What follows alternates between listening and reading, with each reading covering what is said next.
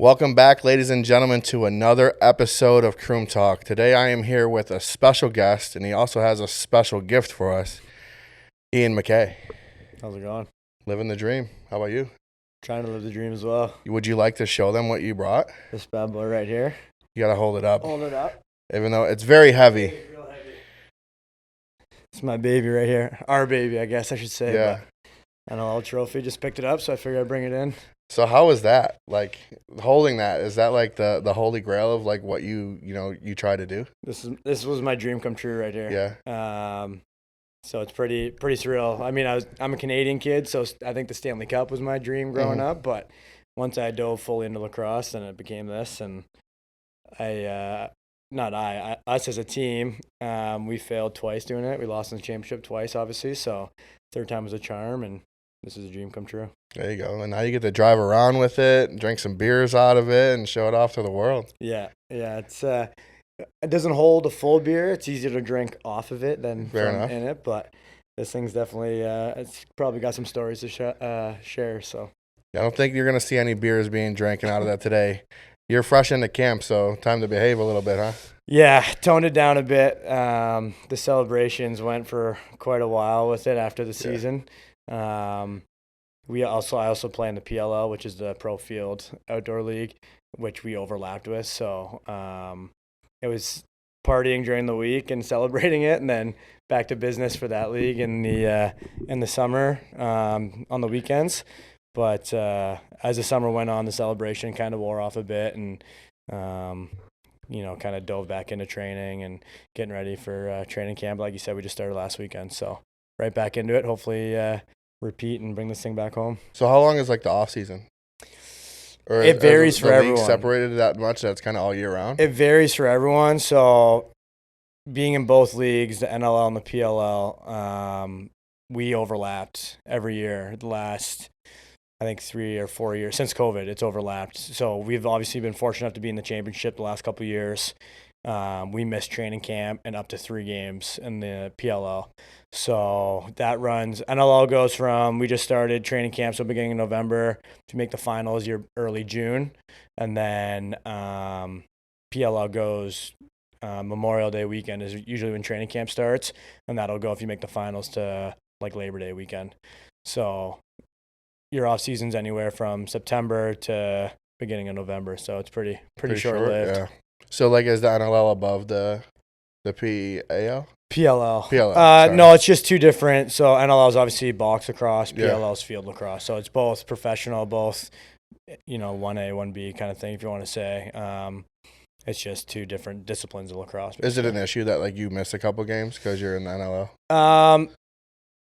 Not really. Yeah. I mean, the leagues I think are trying to work together so that there's not an overlap anymore. It's just kind of how it's gone the last couple of years. So if anything, it just takes a hit on being in the roster and being at training camp and around the guys for chaos. But it's been a consistent thing the last couple of years. So it's kind of a norm for us a little bit now. And our coach in the PLL is awesome. So he's not too bad about us, missing camp, and knows that we're coming in shape. And not that we've been like, away from the game or anything. It's from one season to the other. So so you grew up 3 hours and 40 minutes from here. Did you look it up? I did, yes. Yeah, exactly what it is. You're right on Lake Huron, right? Lake Huron, yeah. Port Elgin, Ontario. So what was it like living there like? Was like hockey your sport when you grew up? So definitely a hockey town, cottage country. In the winters, it's pretty quiet. It's just the locals living there. And then as the weather gets nice, it's, all the tourists come in from the city. We call them the tour asses because they just come over and take over. But there's great people. You meet some cool people. But hockey was my life growing up. Lacrosse was as well. I grew up in a lacrosse family, but I was definitely hockey first up until probably I was like 14, 15. Yeah. But small. Very similar to Buffalo, just a little smaller. Is it easy to like kind of join a lacrosse team like back home? Not really, to be honest. It was the closest town to play lacrosse was about half hour away. A town called Owen Sound. And that's where I played all my minor lacrosse. I played kind of just like local league, house league stuff until I was probably 10, and then started playing on rep travel teams from there. But my town was just like strictly hockey. growing up. Did you kind of bounce back between hockey and lacrosse at the same time growing up?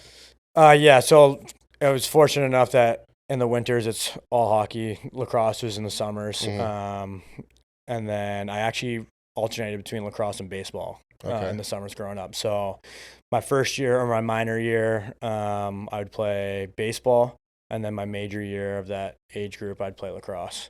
So I did that again up until I was about 14, 15, and then went just straight lacrosse. What sports did you play in high school? High school, I played. So it's kind of different in Canada than it is in the U.S. So I played hockey for like a club team, basically lacrosse for a club team. My high school didn't have hockey or lacrosse, but I played throughout my high school career. I played football, basketball, rugby, track and field, and then that was at my public high school in Port Elgin. And then I went to the Hill Academy, which is a private prep school for hockey and lacrosse. Okay, so like Yeah. when you were in high school playing sports, it was like kind of secondary to school. It had nothing to do with school. The football, rugby. Well, like lacrosse and the hockey. Yeah. I had no relation to school. I didn't know about field lacrosse or scholarships or anything like that until my junior of high school. And that's when you went to the other school. Yeah. And you felt like in order to be successful or like commit to those sports, you had to go to that school to kind of get looks, I guess you would say. Yeah, I mean, to a certain degree, I'd committed. So I went to the University of Vermont, and I committed there before going to this prep school. I played for a club field lacrosse team out of Toronto, so I was traveling 2.5 hours. Oh, so you were getting looks. Yeah, so I was starting to get some looks. But again, I didn't play field lacrosse until my junior year of high school, so like I was kind of late to the game. Yeah. Like when I was getting recruiting letters, they were like, "What's your SAT score?" And I had no idea what an SAT was. Yeah. Like that's not a thing up in Canada. So I was late to the game for sure. But going to the Hill Academy definitely was a springboard for not only getting more looks. I'd already committed, but that was just verbally until you sign your NLI. Obviously, teams can still reach out to you and stuff. So I started getting more looks then, and just became a better player. Like I was introduced to working out in the weight room and practicing every day, which was something I didn't have previously. So at what point did like the fire get lit for you? Was it the offers, or just kind of like knowing you were good at it, you can really excel in it? It was, yeah, so it would have been after my first field lacrosse tournament. I remember we went to Hofstra for it, and there's obviously D1, D2, D3 schools, all of it there. Didn't really think much of it. I was just kind of like, all right, this is what, like, let's go play. And getting home, and then, I don't know, let's say Wednesday was like the first letter came through from a D3 school. And I don't remember who it was, but I was like, oh, wow, like, I didn't even know if I played well or not because I was so new to field lacrosse, but letters were coming through and I was like, wow, I could actually like go to the States and get a scholarship and kind of pursue this a little bit more. So that was kind of when it probably started for me. So were you at Vermont for 4 years?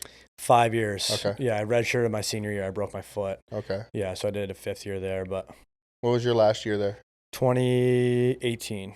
Okay. 2018, yeah. Yeah, because your accolades while you were in college were insane. I was gonna read them, but I'm like, I'd be sitting here like there was probably like I would have been a guitar pump. There's probably like 17 to 20 different things like because you had rookie of the year and like there was so like literally so many that I'm like I'm not gonna read this because it'll take up so much time in the podcast. But you were on when you got to Vermont. Yeah, it was definitely, I would say Vermont was probably my coming out party in terms of lacrosse and my confidence and everything like that. I got there in school.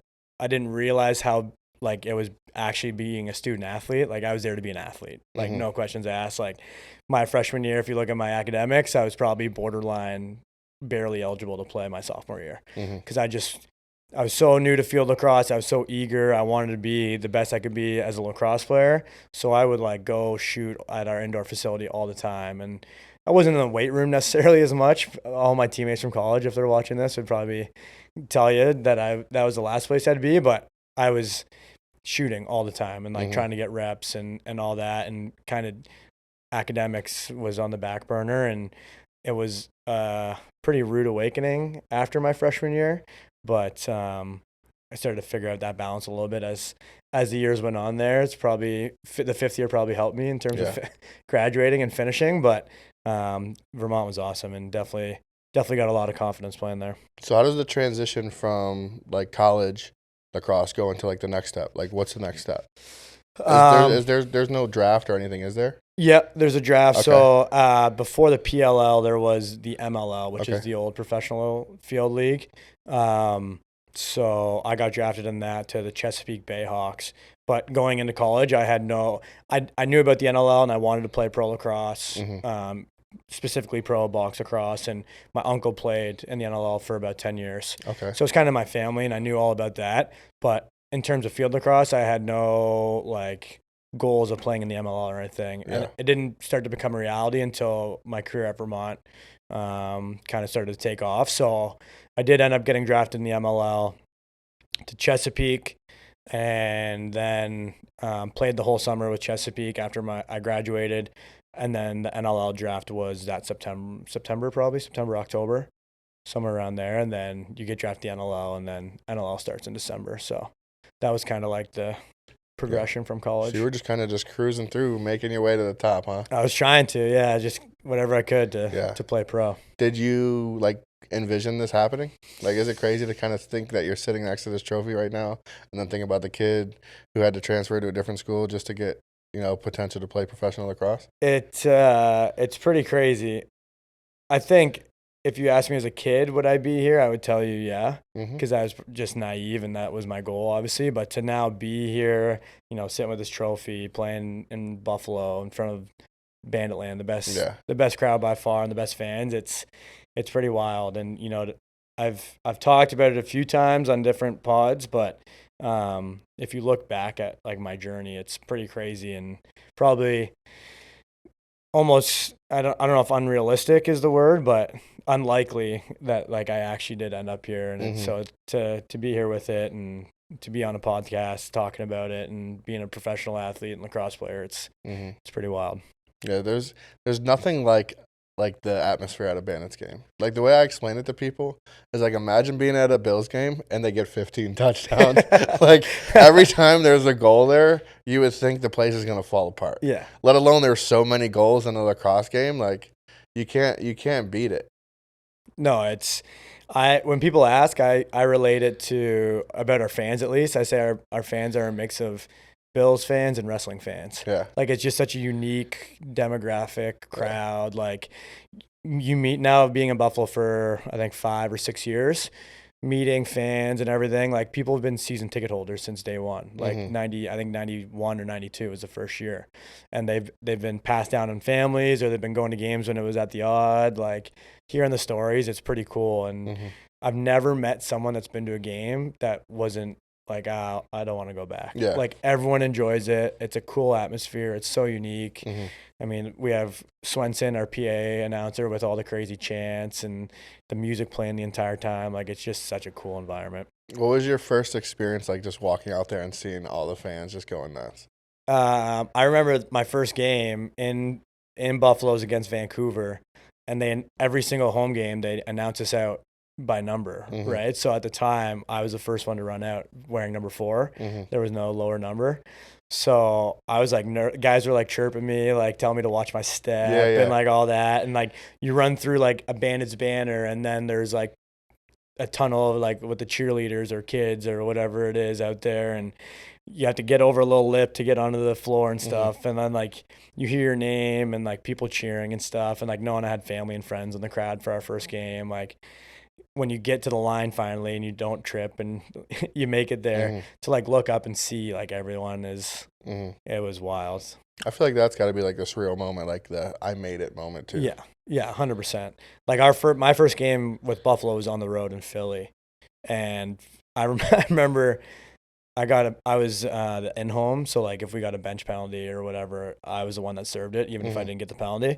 So we got a too many men penalty. So I'm like going over the bench and like these Philly fans were like flipping me off. Yeah. And I'm like, I didn't even do anything. Yeah, like, right? I'm just serving the penalty for our team here. But so, playing there was like, obviously it's your first game. You're really excited. But I think it really hit with playing in Buffalo in front of our fans here. What was your first goal like?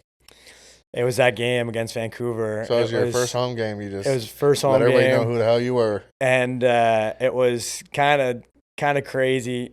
So I play defense, well, transition, so mainly defense, but I get the green light to stay up and play offense every now and again. And at that time, I was taking faceoffs for our team. So I don't remember exactly how the whole play set up, but I was off of a faceoff because I had my faceoff stick. And faceoff sticks get like bent like crazy, and they're mangled, and they don't throw well. Like if I could have, I would have went and switched to my game stick. So, but I was out there with my faceoff stick, and there's a shot went off the boards, missed the goalie, went off the boards.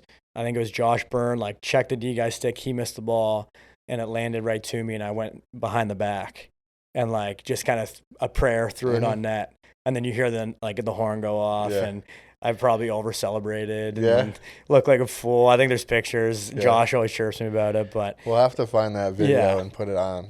But this part. To score like your first goal behind the back is like technically like a highlight goal or whatever with a face-off stick. Like it was pretty wild for sure. So like, do they keep the balls for you guys? Yeah. Okay. Yeah, the Bandits do a really cool thing for everyone's first goal ball. They send it out and it gets framed up with pictures from the game and like a ticket from the game and a little thing. So I think my mom has it right now at her place. But yeah, it's a nice, cool framed up thing for the first goal. I love that. So like you kind of you're like dialed into Buffalo now, huh? I'm full. Like even hearing you just speak about like the odd and stuff, and like you've only been here so short of a time, and you're already so in touch with the history and stuff. That's super dope. I mean, you're a Bills season ticket holder, are you not? I am now. Yeah, this is my first year, so yeah. I feel like that's like the true like you're true Buffalonian. Is that what it is? But yeah, I love it here. I didn't know where I was gonna get drafted, but I couldn't be happier to be here. And I've once I got drafted, I moved here. Been living here 5-6 years now. Try to get involved with the community as much as I can, but I definitely consider Buffalo home. Have you ever been here before besides playing here? Yeah, so like I mentioned, my uncle had played professionally, but he played for teams on the West Coast. He played for San Jose and Colorado. So the only time you could see him play was either in Toronto or Buffalo. And anytime, it was usually once a year, and it was either Toronto or Buffalo, not both. So anytime he played in Buffalo, we were down here. Like I remember being a kid in the stands, and like at the time it was like I got the Bills' third down horn outside. Yeah, seriously, just talking about it. But you know, like John Tavares, our coach, was still playing. Mark Stainhouse, you know, the big orange hair, and that's why I wear orange shoes, is because of Mark Stainhouse. And I remember being there watching games and getting to go underneath after the game, and my uncle taking me to the locker room, and it looks the exact same as it does now when I was like 10, 13 years old. So that's really the only time I'd been to Buffalo was to watch games. So my only memories of Buffalo was keeping, well, I guess it was probably first HSBC then. So yeah. That's awesome. So how dope is it? Like, obviously, like you're a Bills fan now. Were you always a Bills fan? I wasn't much of a football fan to begin with. My grandfather was a big football guy, and he was a Steelers fan. So I had a bit of like I think I had like Steelers stuff growing up, but I wasn't like huge into it. Like I wouldn't say I'm huge into it now, but I'm definitely more invested in it now. Is it dope to like see them like at your guys' games all the time? Yeah, it's unreal. Like during the playoffs, they just like show them up on the Jumbotron and you hear like the shout song going. And they'll be down by the locker room afterwards. Like I've gotten to meet, you know, like Quentin Morris, Kair. Last year met Dalton Kincaid after he got drafted, and we got to go to the training camp with the trophy, and you see them there too, and kind of build a little bit of a friendship there. And you know, it's not like you're not like in awe like when you see them necessarily. Like they're just normal dudes. And same with the Sabres, you see them around the arena all the time and stuff like that too. So it's pretty cool to be integrated with those guys and do stuff with them as well. Yeah, that's super dope. It's like we're such a big small city, I guess you can say, but we're all one. 100%. That's like the 100%. The thing that I enjoy the most about the city. What's your favorite thing about the city? Oh man, there's a lot of good. The food is good. I've become a big wing eater now, obviously, and blue cheese fan. Get that on the record. Were you a ranch fan before? I was ranch for like pizza, Okay. not necessarily wings. I was always ranch for pizza, but I used to hate blue cheese, but it's because it's not buffalo blue cheese. It's different here. It's I'll give them that. I'm a ranch guy. I'm not gonna lie. Really? Yes, but I don't hate blue cheese. I think the argument's very corny as well. Yeah. I got people. I have somebody like I've at least got like 3 death threats. Really? Eh? Just like over the corniness of like because I like ranch instead of blue cheese. I don't hate blue cheese. It's just the blue cheese like you get other places is like terrible salad dressing, like runny blue cheese. Whereas here it's like a good like. Usually everyone has kind of like their homemade or Buffalo's got like the different brands, but I also feel like it's like a force-fed thing. Not like saying it like in that context, but I also think about like everybody drinks milk with cereal, but that's just what you were taught. Right. Like, I was given ranch dressing with my pizza one day, and that's just how I grew up. I don't know. I just think it's a weird argument that people take very seriously. I see where you're coming from on that for sure. People take it very seriously. Where's your favorite wing spot? I mean, you can't go wrong with Barbell. Barbell's always a good one. I live kind of downtown, so Gabe's Gate. I like going to Gabe's. That's probably like a top 2 for me. Yeah. I've had wing nuts a couple times. They're different wings, but they're good as well. They're very big, right? Yeah, there's more to them, but those would probably be my top 3. Okay. What about pizza? I'm not a huge pizza fan. But if you we can tell what type of pizza you like by what you say you would get. See, I wouldn't even know. Like, I haven't like gone out like looking for pizza. Yeah. Okay. Like I'd be open to suggestions because I don't even know where. Like, do you like a flavorful pizza? Do you like a thicker pizza or like a New York style pizza, like a thin? I would go a little thinner if I had to pick. Definitely a little thinner. I'm like a meat lover kind of pizza, like bacon, pepperoni, sausage. You should try it. So Josh's favorite spot, he's a New York guy as well. It's Pharaoh's. It's on Seneca Street, right where Seneca or Ridge turns into Seneca. Okay. New York style pizza. It's like right up your alley if that's the route you want to go. Perfect. I'll give it a try then. It's good. So like what you guys obviously are getting more involved in the community. What's your favorite part about that? I think my favorite part about it would be that the community is just like so awesome. Like being a professional athlete here, like especially a lacrosse player, they almost have you on that same level as like the Sabres and the Bills. Obviously they are like higher level professional athletes, but people view us the same way, like winning a championship, like and no disrespect to the Bills or the Sabres, but they're like, finally you brought, like, it's been 15 years since the Bandits won, and like only the Bandits have won championship here. So like I think people hold us to that kind of regard as the Bills and the Sabres, but like when I'm out doing community events, people just treat you like a normal person. You know what I mean? Like it's like I've been getting really involved with punt pediatrics. I've been doing some appearances with them and stuff, and people are just like really happy that you're there, and they don't treat you any different. Like shake your hand, take a picture with you, but then a conversation's completely normal. It's not anything crazy or like fanboying or you get it every now and again, but for the most part, like everyone's just super respectful of your time and who you are as a person, and the fact that you're there, you know, not even providing services, but your time and whatever it is. But yeah, like the community here is awesome. Our fans are awesome. Everything. It's cool to get involved. It makes you want to get involved more. For sure. Yeah. So I do a little bit with the community as much as I can, but a lot of it like comes through working, and like secondary is just being there. Right. So are you familiar with Harrison Phillips? Yeah. Yeah, so like I work with his kids. He calls them the playmakers. They're kids with developmental differences. Okay. And like they have a huge event for Christmas and stuff. If you want to come by, I think like you would enjoy that probably more than anything you've ever done. Yeah, 100%. I'm always in for. Yeah, no, they're like the greatest group of kids, especially during the holidays, because you know a lot of people may be in like a weird mental place with life, and just being around those kids, it's just like the most uplifting thing you can imagine. I can only imagine. Yeah, no, it's super dope. There's so many different things to be involved in the community too. So like even if you like found like something that you're into, it'd be so easy to kind of dive into it. Are you interested in kind of doing your own thing? Yeah, I think that's probably the end goal.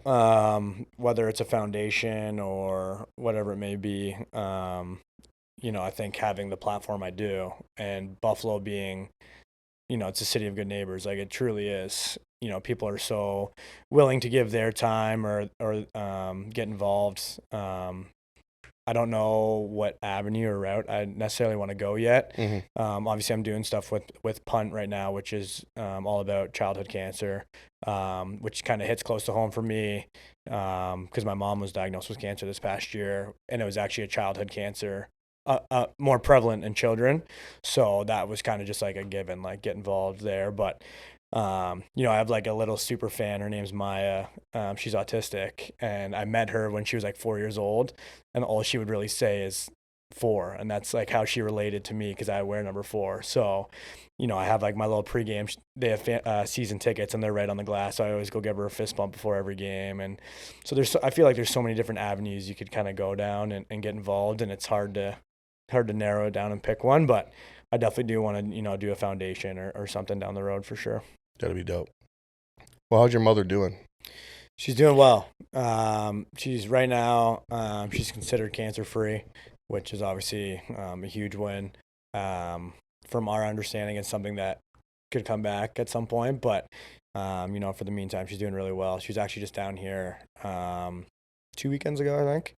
Yeah, because we started camp last weekend. So the weekend before, my weekends are going to be pretty busy from here until September moving forward. So it was nice, her and my stepdad came down. We just had a day around Buffalo, kind of showed them around a bit and just hung out. So, she's doing really well. Are they back home in Canada? Yeah. How often do you get to go back up there? Not as often as I would like or probably should. Around Christmas, I'll get up there. But it's usually a quick trip, 2, maybe 3 days. I got to bring this bad guy up there afterwards. That was my next question. And have some fun with it. But in season, we only play on weekends. We practice during the week, once during the week, but just so busy. And it's far enough, like I'm 3 hours, like you said, 3 hours, 40 minutes. So it's kind of just far enough where it's not the easiest trip to make. So, but I should probably get up there more often. Are you excited for the season coming up? Very excited. Very excited. You feel like it comes with expectations? Yeah, I think every season I think the expectation is to win and get this guy again. But since I've been in Buffalo, every year we've been in the finals. So and come up short. And this year obviously we won. So there's that sense of relief. But now that we've won, it's addicting. Like I was telling people right after, and I'm a firm believer of this, like I don't just want one. Like I want to win 3, 4, 5 of these things. And to be in the finals every year that I've been on the team and knowing that like I could have had 2 more of these and hearing guys, like Dane Smith, Steve Priolo, guys who have been on the team for a long time, they've been to championships. And for Steve, I think it was like his 13th year. And he's been to championships, and it took him 13 years to get his first one. Whereas, like, I've been in championships, and I was able to get my first one after 5 years. Like, 5 years is still a long time in professional sports. So I think the target has been on our back for a couple of years, just consistently getting to the finals. But I think the target got bigger now that we're because now they're chasing you now. Yeah, exactly. So, but every year is exciting. Getting into the arena. I think it's cool too. Like there's still that obviously that sense of pride and like going to the arena and like seeing where there's going to be a banner that's like going to be our banner. Like we won that, and raising that the first home game is like really exciting. Like I'm looking forward to that and getting our rings and stuff. But then you have to flip the switch and it's a whole new season. Yeah. Right. So it's like. Yeah, lose the comfortability. Yeah, we're still enjoying. Like once our season starts, I probably won't touch this thing until I get another one. You know what I mean? Like it's just that like, you gotta close that chapter and move on to the next one, and try and win another one. So who's one of the guys you were the most happy for? It's a good question. We have a good group, a core group, but honestly, it was probably. I'll say 2. It's probably Steve and Dane. Just because, Steve being our captain, he's been in Buffalo for 13, 14 years. He's been to finals, hasn't been able to win one. To see him when we were about when he was about to get the trophy from the commissioner, and they were interviewing him and he's asking questions.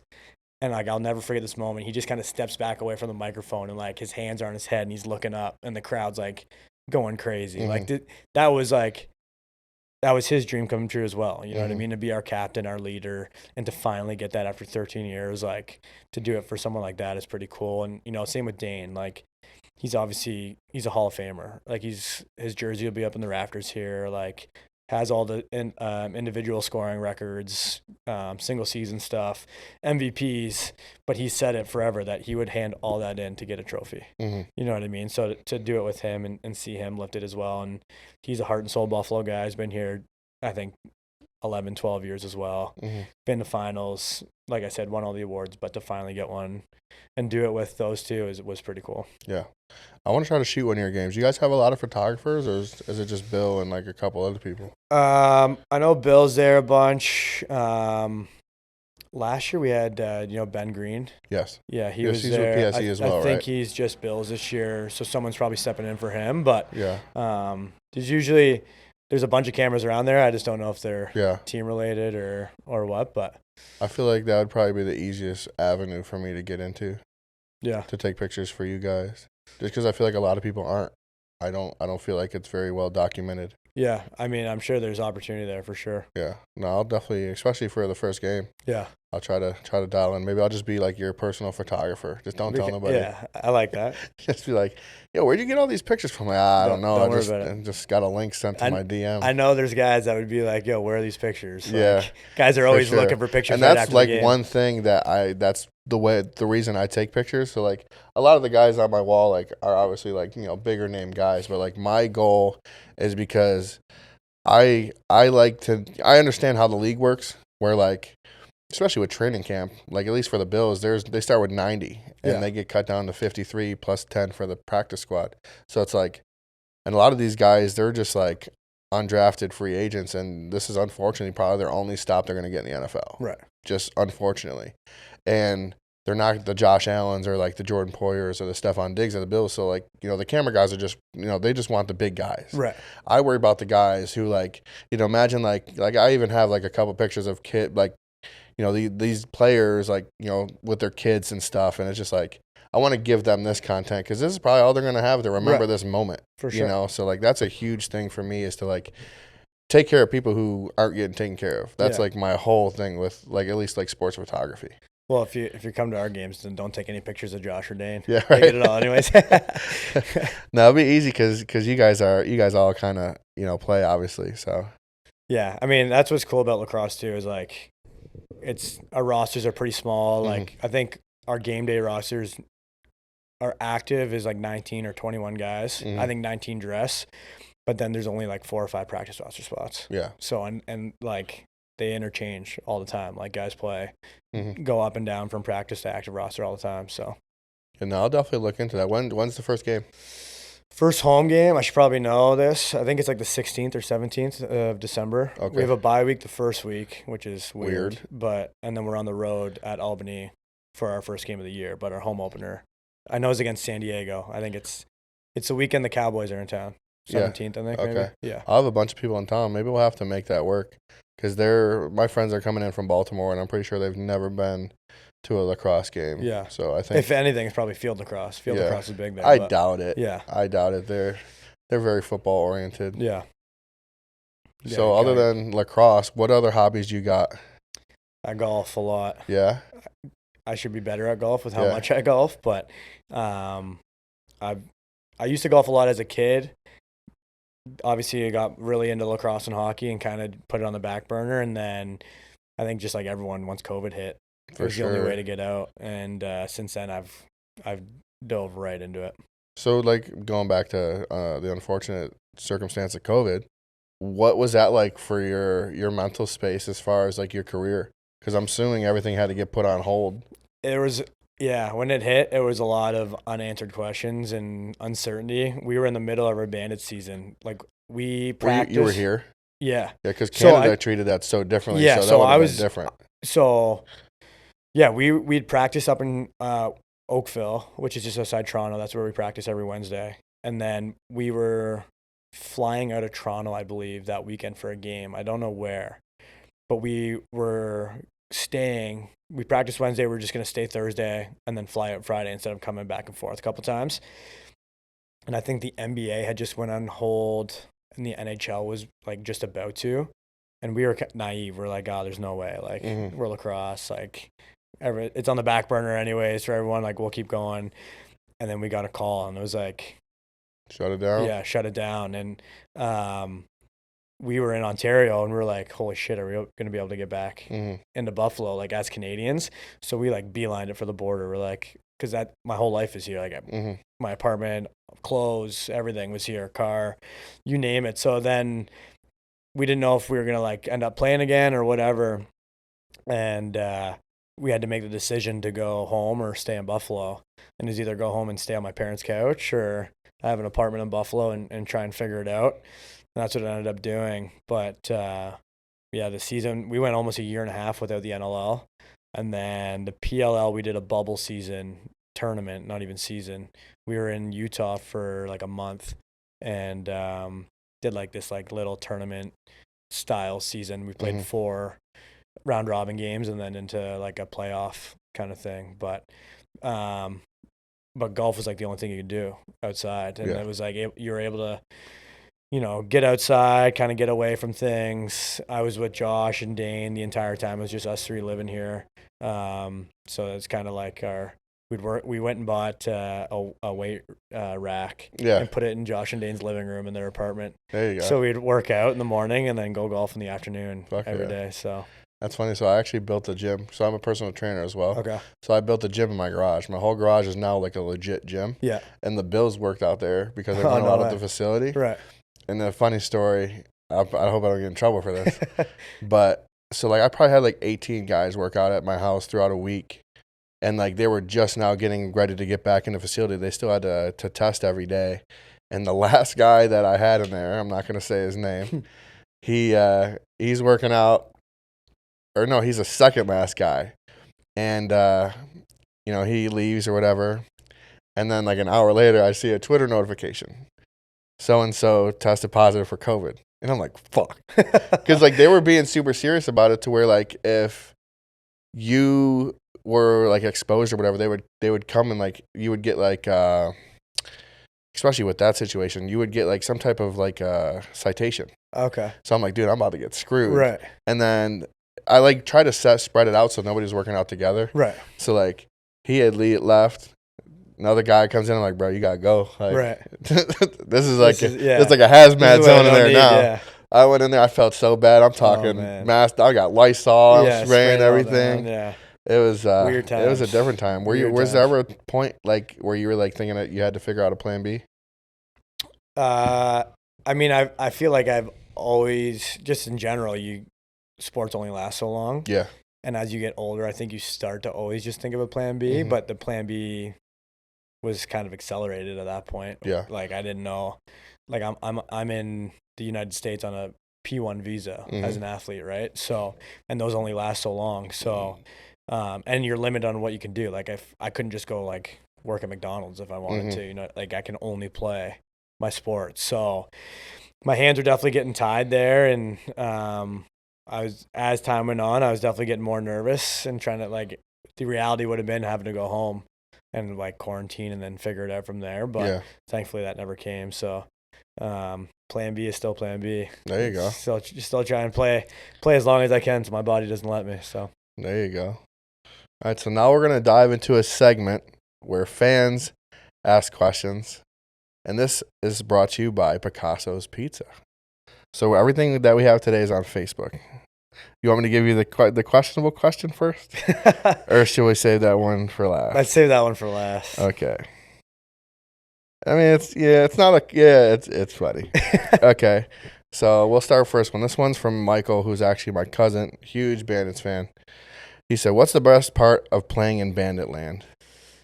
The fans, by far. Like, you go to some arenas and there's 2,000-3,000 people there. Every home game, there's a minimum of 10,000 to 12,000 in Buffalo. So I wish we could play every game in Buffalo because of the fans and the atmosphere we get. It's just unmatched. There's nothing like it. So that's probably the best part of Banditland. Next question is from Earl Wilbur. Curious on how you celebrated after winning the championship. I don't remember all of the celebration. That's the best answer you could ask for. Directly afterwards, we were in the locker room I was in full gear, the last one undressed, and people were starting to leave to like go. I think we went to Cobblestone and then 500 Pearl. We had like the back section off for us and had like bottles and all that. But I was the last one, and people were like, "Are you like?" It was like 3 hours after the game, and I was like, "I should probably get changed and like move this on." But so we did that. We were out all night. I think we ended up at like Rec Room or something afterwards, late night. Went home, passed out, woke up, right back into partying. There you go. I think we were at 40 all day Sunday, just a classic Sunday 40, and we were on top of the bar and drinking off of it and out of it. And then the Monday we golfed with it and we took it out. We were drinking on the course with it all day. Actually, I think the Bills were there for their like annual team bonding golf tournament they do. So I don't think we were supposed to be out on the course, but we told them we were bringing the trophy, and they were like, "All right, come on out." And we were out before them. So that was Cloverbank. Cloverbank, right? yeah. All right, next question is from John Natecki. Who is your favorite teammate and why? Oh, it's a deep question. I'm gonna go with Matt Vince, our goalie, because a bit of a unique story. When my uncle played in San Jose, Vino, our goalie, was drafted to San Jose, so he was kind of like my uncle's rookie. And then when I got drafted to Buffalo, it was Vino's first year here, and I was his rookie. So it was kind of a cool, full circle moment.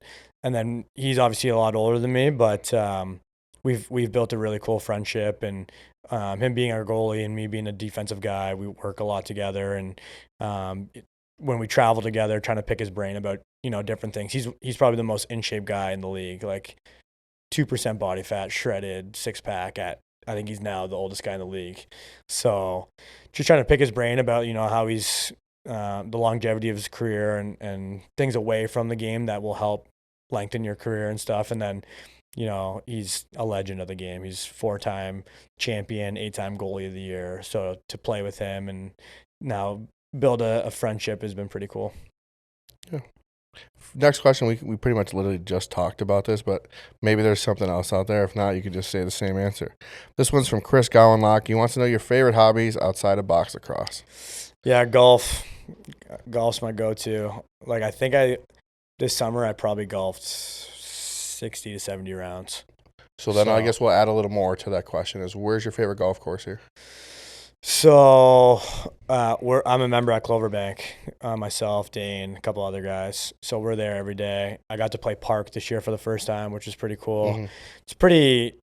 It's not like a crazy course, but I think everything that comes around it with like the prestige of it and, the clubhouse and everything, that was pretty cool. I've been trying to get out to Craigburn. So if anyone's out there, remember Craigburn, trying to play there, but I'll try to plug you in with some people. Yeah. So we're always at Cloverbank, but I'm always open to play other places. You never played Craigburn? No, never. That's beautiful. Yeah, I've heard it's pretty cool. It's super nice. It's like two different courses. It's weird. Like the front nine and the back nine are so different. Yeah, that's what I heard. It's like two different styles. If I could, this is like shot in the dark of getting out there. But going to the PGA this year in Rochester is pretty cool. So if I get out to Oak Hill somehow, I know it's really hard to get on, but I feel again, like the amount of people that I've seen out there who shouldn't have been out there, I'm pretty sure you can probably get out there. That's a dope course. What's your dream course? It's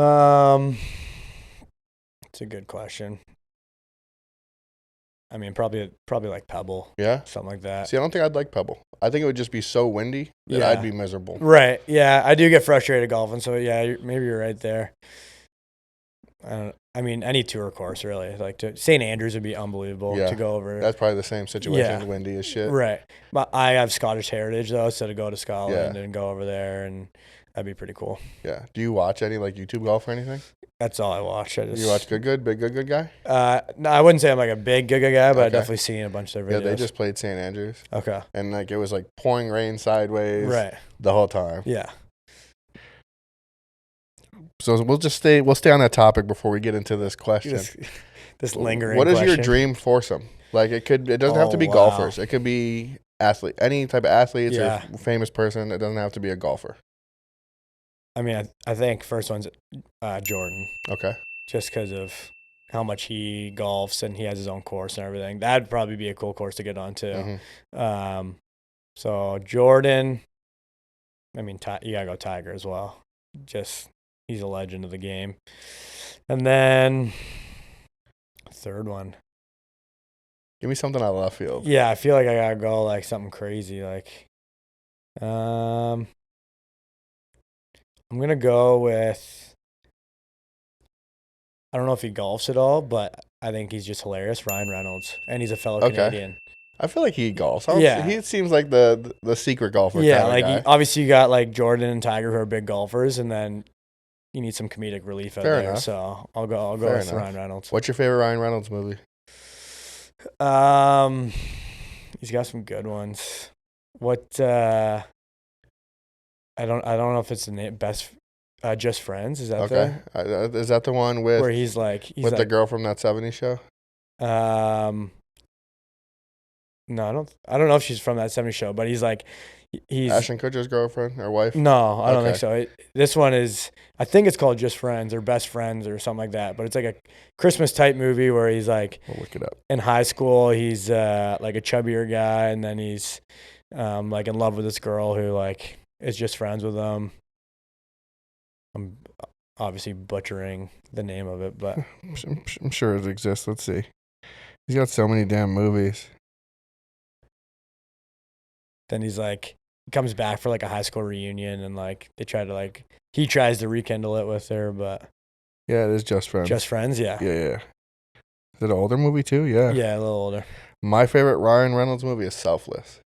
I don't think I've seen it. It's a phenomenal movie. Really? Yeah. All right, I'll add it to the list. I'm not a huge movie guy. That's my thing. I feel like the same thing with video games. I feel like it just kind of like takes away from life. Right. Like at least video games is different. Yeah. Because you can spend a lot of time. Those, yeah. You play video games? Not as much. And when I did, I was just like NHL. Yeah. Just like the 3. You're not like a Call of Duty or a Fortnite I couldn't guy. Get into it. One year I did. I was just so late to the party. I was so bad. Yeah. Just like, it's too frustrating. Yeah. All right, you ready? Yeah, I think so. All right, last question comes from.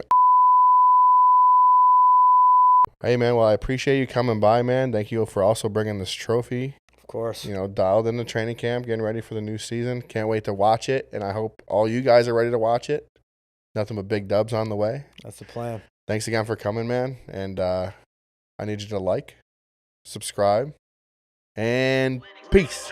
Run it. I can't take no loss. I don't even know what it costs. I hit the ground, then it go off. Yeah, hit the ground, then it go off. Yeah, I can't take no loss. I don't even know what it costs. Yeah, I hit the ground, then it go off. Yeah, hit the ground, then it go off. Yeah, run it. Ooh, I really feel it's my time. Think it's my year. Yeah. I really feel it's my time. Think it's my year. Yeah. I really feel it's my time. Think it's my year. Yeah. I really feel it's my time. Think it's my pen ready. Used to hold my